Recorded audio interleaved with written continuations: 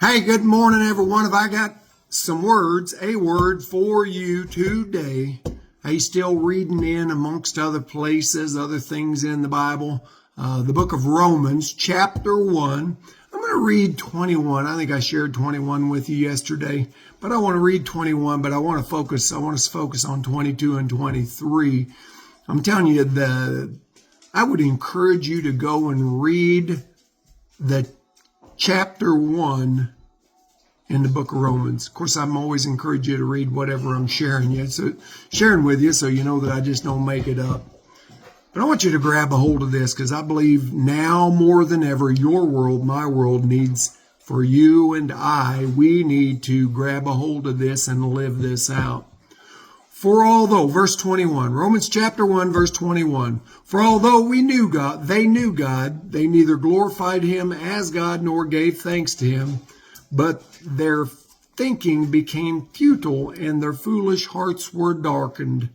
Although they claimed to be wise, they became fools and exchanged the glory of the immortal God for images made to look like mortal man and birds and animals and reptiles.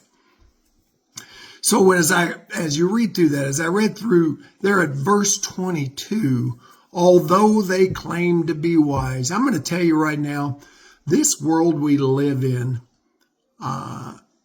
is they. Even some of the church today, although they claim to be wise, they claim to know everything about Jesus. They claim to be wise. Although they claim to be wise, they became fools, because the world, this old world that you and I live in, this isn't where we're going to spend eternity, but this old world you and I live in has watered down the Word of God.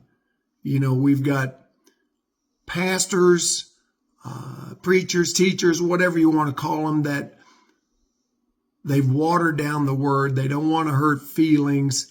The church, the pew warmers have allowed that to go on. And he said, although they claim to be wise, I'm a Christian, I go to church. Although they claim to be wise, they became fools and exchanged the glory of the immortal God. They exchanged the glory of God, the Word of God, for the things of this world. They allowed, the Bible is pretty black and white, but they allowed shades of gray.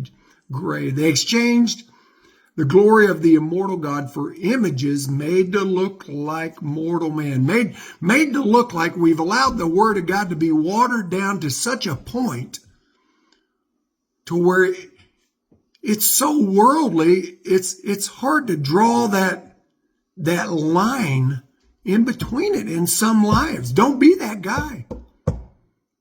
They exchanged the glory of the immortal God for images made to look like mortal man, birds and animals and reptiles, motorcycles, cars, beliefs, confusion, things such as that. So I say all that to say, as the church, you and I, don't allow the Word of God, the manual. You see this Bible, the Bible, don't allow the Bible, the manual, to get watered down in your life.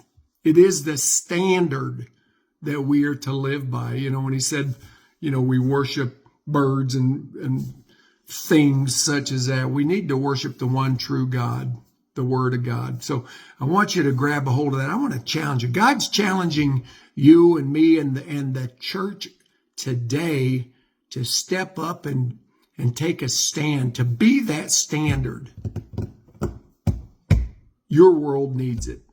Know that he loves you.